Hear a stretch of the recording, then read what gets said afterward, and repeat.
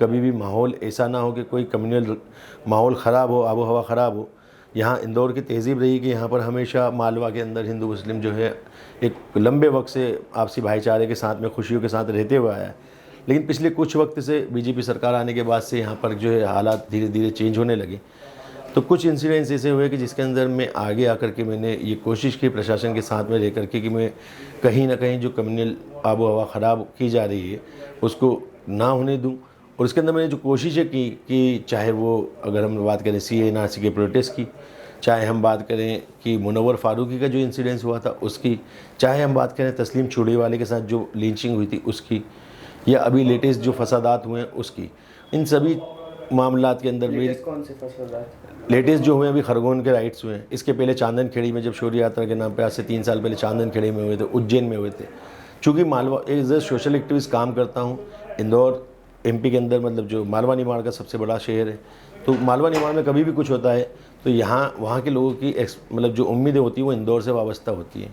तो हम लोग हमेशा कोशिश करते हैं कि उनको कहीं ना कहीं हम सपोर्ट कर सकें।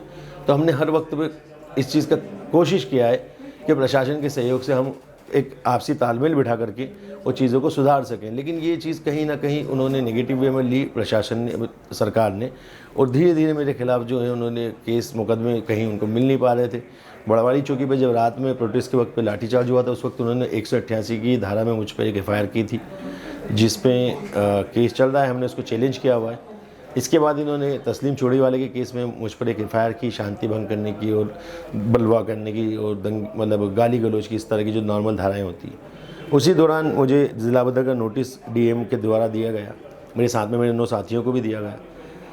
समझ में नहीं आया कि जिस बंदे पे एक सिंगल अपराध नहीं है, जो समाज के एक प्रतिष्ठित पद पे मौजूद है, जो एज ए सोशल एक्टिविस्ट काम कर रहा है पिछले काफ़ी सालों से, शहर के लगभग हिंदू मुस्लिम हर समाज का तबका उसे जानता है, तो उस आदमी को असामाजिक तत्व, आतंकी गतिविधियों में लिप्त आदमी, समाज में जिसकी वजह से भय का माहौल है, जिसके खिलाफ लोग कोर्ट में गवाही नहीं दे पा रहे, इस तरह की भाषा का इस्तेमाल करते हुए मुझे ज़िला बदर का नोटिस दिया गया था, जिसे मैंने चैलेंज किया था, मैंने एक्सेप्ट नहीं किया, जिसमें मुझ पर यह प्रेशर बनाया जा रहा था कि मैं एडमिनिस्ट्रेशन से डील कर लूँ और मैं माफ़ीनामा लिख कर दे दूँ, जबकि मेरी कोई गलती नहीं थी। मैं एक मजलूम को इंसाफ दिलवाने के लिए गया था।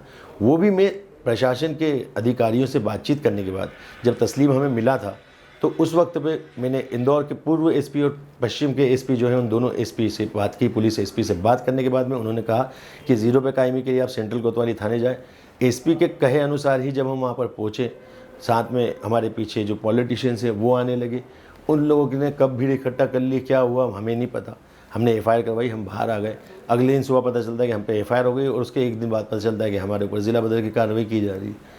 सेम चीज़ अभी भी की जा रही है कि खरगोन के मामले में कहीं ना कहीं मैं वहाँ पर लोगों को मेडिकल हेल्प के तौर पर या लीगल हेल्प के तौर पर, चूँकि मैं APCR से भी जुड़ा हुआ हूँ जो कहीं ना कहीं लीगल एड पे काम करता है, तो अभी भी हम लोग वही काम कर रहे थे। बट प्रशासन ने फिर मुझे एक बार दोबारा टारगेट किया और बगैर किसी उसके, बगैर मतलब मेरी सोशल मीडिया की प्रोफाइल को बना करके इन्होंने जो है मुझ पर फिर एक FIR कर दी और ये आगे रासुका और इस तरह की बातें कर रहे हैं।